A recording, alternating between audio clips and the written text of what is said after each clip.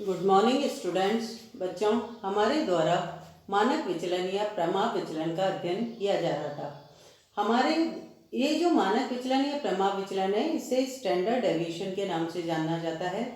हमारे द्वारा व्यक्तिगत श्रेणी के अंदर इंडिविजुअल सीरीज के अंतर्गत मानक विचलन का अध्ययन कर लिया गया है।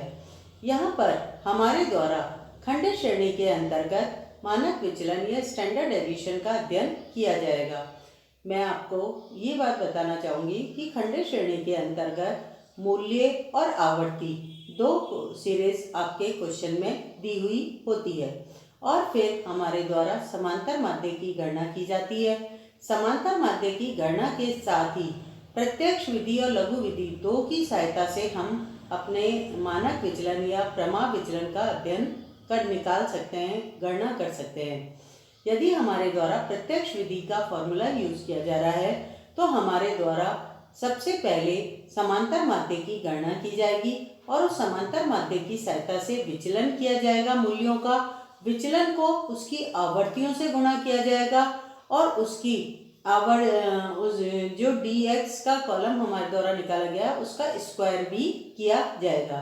इसमें प्लस माइनस के साइन इग्नोर नहीं होते हैं, लेकिन जब हमारे द्वारा स्क्वायर या वर्ग निकाला जाता है dx का तो वो स्वतः ही हमारे अपने आप धनात्मक वैल्यूज में कन्वर्ट हो जाते हैं, क्योंकि माइनस इंटू माइनस की डिजिट इक्वल टू प्लस में कन्वर्ट हो जाती है। फिर हमारे द्वारा f into D x square को गुणा करके हमारा लास्ट कॉलम बनाया जाएगा और फॉर्मूले का प्रयोग किया जाएगा। बच्चों, यहाँ पर हमारे द्वारा प्रत्यक्ष रीति और लघु रीति के अंतर्गत जो स्टेप्स अपनाए जाएंगे मैं आपको अलग अलग वीडियोस में बताऊंगी। सबसे पहले मेरे द्वारा प्रत्यक्ष रीति के माध्यम से किस प्रकार से खंडित श्रेणी में माध्य विचलन की मानक विचलन की या प्रमाप विचलन की गणना की जाती है उसको बताया जा रहा है। देखो, यहाँ पर आपके स्टैंडर्ड प्रमाप विचलन या मानक विचलन खंडित श्रेणी में आपको ज्ञात करना है। स्टैंडर्ड डेविएशन क्वेश्चन मार्क लगा दिया शॉर्ट के अंदर यदि हम लिखते हैं तो, और दूसरा क्वेश्चन जो हमारे इसी में दे रखा है वो है कोएफिशिएंट ऑफ स्टैंडर्ड डेविएशन या रो। ये साइन के द्वारा इसको इंडिकेट किया जाता है। इन दोनों को ज्ञात करना है और किस विधि से ज्ञात करना है? प्रत्यक्ष रीति के माध्यम से ज्ञात करना है। क्वेश्चन के अंतर्गत हमारे साइज दे रखे हैं, एक्स जो दे रखी है वैल्यू के रूप में वो आपकी 1 2 3 4 5 6 7 दे रखी है और फ्रीक्वेंसी जो आपके दे रखी है 1 5 11 15 13 4 और 1 दे रखी है। 1 की आवर्ती 1 है, 2 की आवर्ती 5 है, 3 की आवर्ती 11 है, 4 की आवर्ती 15 है, 5 की आवर्ती 13 है, 6 की आवर्ती 4 है और 7 की आवर्ती 1 है। यहाँ पर total of frequency sigma F यदि हम काउंट करते हैं तो टोटल 50 आएगा। सबसे पहले क्योंकि प्रत्यक्ष रीति की सहायता से हम अपने प्रमाप विचलन की गणना कर रहे हैं तो ऐसी स्थिति के अंतर्गत पहला जो कॉलम बनेगा क्वेश्चन के बाद वो बनेगा f into x. 1 into 1 1, 2 into 5 10, unit के नीचे यूनिट की डिजिट है बच्चों, 10 के नीचे 10 की डिजिट है और यदि 100 में होता तो 100 की डिजिट अलग से जाती। 3 into 11 33, 4 into 15 60, 5 into 13 65, 6 into 4 24, 7 into 1 equal to 7। यहाँ f इंटू एक्स का टोटल सिग्मा एफ एक्स कहलाता है और इसका टोटल 200 आया है। हमारे द्वारा प्रत्यक्ष रीति के अंतर्गत समांतर माध्य की गणना की जा रही है। हमारा फॉर्मूला x बार को ज्ञात करने का जो है sigma F x divided n या sigma F number of item क्या है जो फ्रीक्वेंसी का टोटल है। सिग्मा एफ एक्स का टोटल 200 आया है और सिग्मा एफ या नंबर ऑफ आइटम आपके 50 दिए हुए हैं। 200 को डिवाइड करेंगे 50 से तो 4 आपका आएगा। ये जो 4 है आपका ये क्या कहलाएगा? समांतर माध्य। समांतर माध्य। अब हमने नेक्स्ट कॉलम पे जाना है स्टैंडर्ड डेविएशन को निकालने के लिए। यहाँ पर हमारे द्वारा x बार इक्वल टू 4 जो हमारे ज्ञात करने पर पता लगा है और हम जो कॉलम ज्ञात कर रहे हैं वो डेविएशन ऑफ x सीरीज कर रहे हैं और किसकी सहायता से? x बार की सहायता से। तो मैंने इसको क्या नाम दे दिया? डी एक्स बार। जो कैसे ज्ञात हो रही है, x माइनस एक्स बार की सहायता से।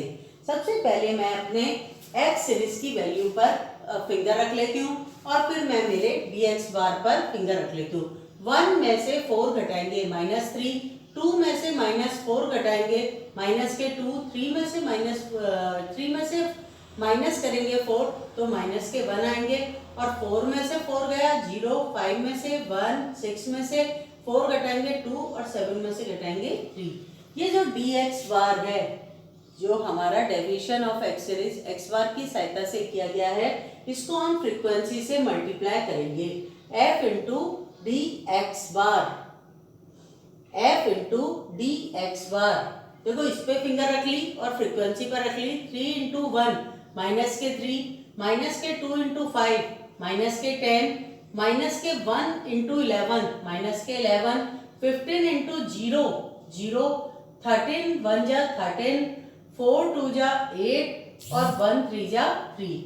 माइनस की डिजिट में 24 आ रही है, प्लस की डिजिट में 24 आ रही है। Sigma F D X bar equal to 0 प्राप्त हुआ है। नेक्स्ट कॉलम पे भी यहाँ पर जो हमारा एफ डी एक्स बार प्राप्त हुआ है वो हमारा क्या है, माइनस और प्लस के अंदर आया है। हमें सारी डिजिट ही प्लस में कन्वर्ट करनी है, तो हम क्या करेंगे, एफ डी एक्स बार, ये जो कॉलम है आपका दिया हुआ, इंटू डी एक्स बार याद करेंगे, क्योंकि हमें dx स्क्वायर चाहिए ना। dx के कॉलम को धनात्मक साइनों में कन्वर्ट करना है, तो ऐसी स्थिति के अंतर्गत या हम चाहें तो dx bar into D X बार भी निकाल सकते थे और फिर f इंटू डी एक्स बार से dx स्क्वायर से गुणा करके एफ डी एक्स स्क्वायर को ज्ञात कर सकते थे, इस कॉलम को ज्ञात कर सकते थे।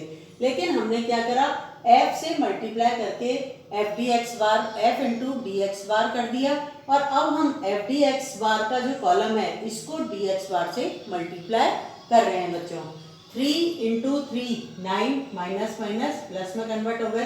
10 इंटू 2 20, माइनस माइनस प्लस हो गए।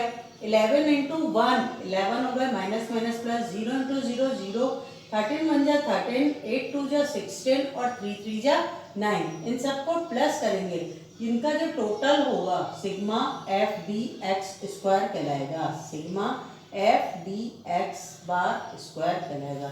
एक्स बार का साइन तो इसलिए है क्योंकि ये समांतर एक्चुअल समान मीन की सहायता से ये डेविएशन किया गया था, तो एक्स बार लिखा है हमने। स्क्वायर इक्वल टू, इसका टोटल करने पर हमारे 78 आता है। अब हमारे द्वारा स्टैंडर्ड डेविएशन की गणना की जा रही है प्रत्यक्ष रीति से। तो प्रत्यक्ष रीति का जो फॉर्मूला होता है rho equal to under root के साइन के अंदर sigma F D X bar square divided N. Sigma F D X bar square जो है उसका मान कितना है, 78। नंबर ऑफ आइटम 50 है। यस, फ्रीक्वेंसी का टोटल जो आपके दे रखा है वो 50 दे रखा है। 78 को डिवाइड करेंगे 50 से, 1.56 आएगा, और जब इसका अंडर रूट निकालेंगे हम तो हमारे रो का मान 1.25 आएगा। अंडर रूट निकालना बच्चों आपको आता है, जिसको नहीं आता है जब हमारी क्लासें ढंग से लगेंगी तब हम आपको सिखाएंगे, क्योंकि यहाँ पर इन सब गणितीय विधियों को समझाना पूर्व किया हुआ कार्य है आपका, ऐसी कोई बात नहीं है, आपको सबको लगभग आता ही है। अब एक और क्वेश्चन यहाँ पर रह गया, कोफिशिएंट ऑफ स्टैंडर्ड डेविएशन भी आपको यहाँ पर ज्ञात करना है। उसका फॉर्मूला होता है COEF, coefficient of rho equal to rho divided X bar. Rho का मान आपका 1.25 प्राप्त हुआ है और एक्स बार का मान आपका 4 प्राप्त हुआ है। 1.25 से ये 2 जीरो आपके लग जाएगी। 125 के अंदर काटोगे तो ये कितना आएगा आपके, ये तो 25 से काटा तो 5 बार गया, और ये 25 से काटा तो 25 से कम, 25 15 25 से ये 16 बार आपके जाएगा। 5 के अंदर 16 का भाग दोगे बच्चों, पॉइंट लगा दो। 16 दूनी 32, 16 तिया 48, 2 बच गए, पॉइंट लगा हुआ है, 0 लगा दो। 16 एकम 16.31 करके आपका कोफिशिएंट ऑफ रो का मान इस क्वेश्चन में प्राप्त होगा। ये बेटा आपकी प्रत्यक्ष विधि थी। प्रत्यक्ष विधि का सूत्र ये होता है, इसमें आपके अंडर रूट का प्रयोग होता है, अंडर रूट की सहायता से इसको निकाला जाता है। और जब कोएफिशिएंट ऑफ रो निकालोगे तो रो डिवाइडेड एक्स बार आपको की सूत्र की सहायता से आप इसको ज्ञात कर सकते हैं। दूसरे वीडियो के अंतर्गत हमारे द्वारा लघु रीति की सहायता से प्रमाप विचलन की गणना की जाएगी। Thank you.